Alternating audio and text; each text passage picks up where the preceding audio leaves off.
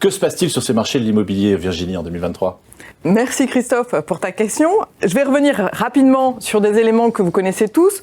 Le conflit ukrainien a accentué les tensions inflationnistes qui étaient déjà à l'œuvre et a poussé les banques centrales en réponse à augmenter leurs taux.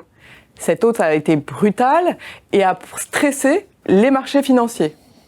Par ricochet, les taux de rendement des actifs immobiliers sont également partis à la hausse. Cette hausse est généralisée et donc la hausse des taux des marchés financiers a eu un impact immédiat sur les taux de rendement immobilier qui se sont matérialisés sur les valorisations de certaines classes d'actifs immobiliers. Pour autant, ce phénomène n'est pas fini et donc on se trouve actuellement dans une période d'ajustement qui va pousser certains vendeurs et certains acquéreurs à de l'attentisme dans un environnement extrêmement mouvant. À partir de là, je pense qu'il faut s'extraire de ce moment de marché pour essayer d'avoir une vision long terme qui correspond à l'horizon d'investissement des actifs immobiliers, se projeter dans le futur pour savoir de quoi va être fait demain.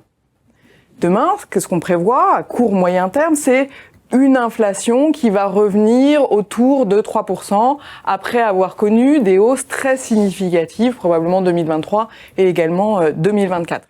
Or, vous le savez que les actifs immobiliers vont venir capter l'effet positif de l'inflation à travers l'indexation des loyers. Ce qui veut dire que si on se projette, l'effet positif de l'indexation des loyers va venir gommer l'impact négatif de la hausse des taux.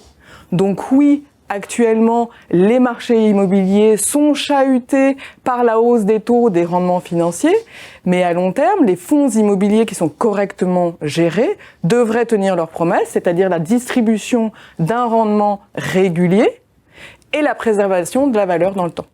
Je pense que si on se projette à long terme, il est aussi important de s'extraire donc de ce moment, comme je disais, de ce phénomène qui est somme toute assez conjoncturel, et de chercher à identifier les forces qui vont façonner le marché de manière assez structurelle. Et parmi ces forces, bien évidemment, je pense à la prise en compte des critères extra-financiers et notamment à la prise en compte de la performance énergétique et environnementale des actifs.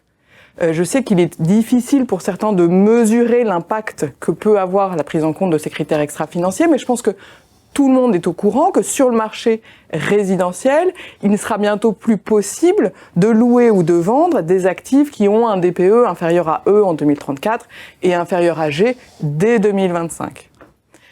En Île-de-France, ça représente 2,3 millions de mètres carrés. C'est 55% du parc locatif privé.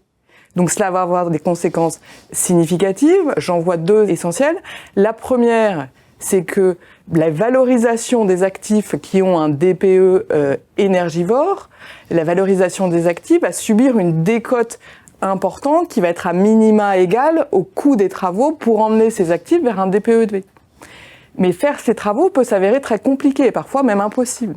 Donc on va avoir une concentration de la demande sur les actifs qui présentent les DPE les plus vertueux et cette concentration de la demande, elle va soutenir la valorisation de ces actifs.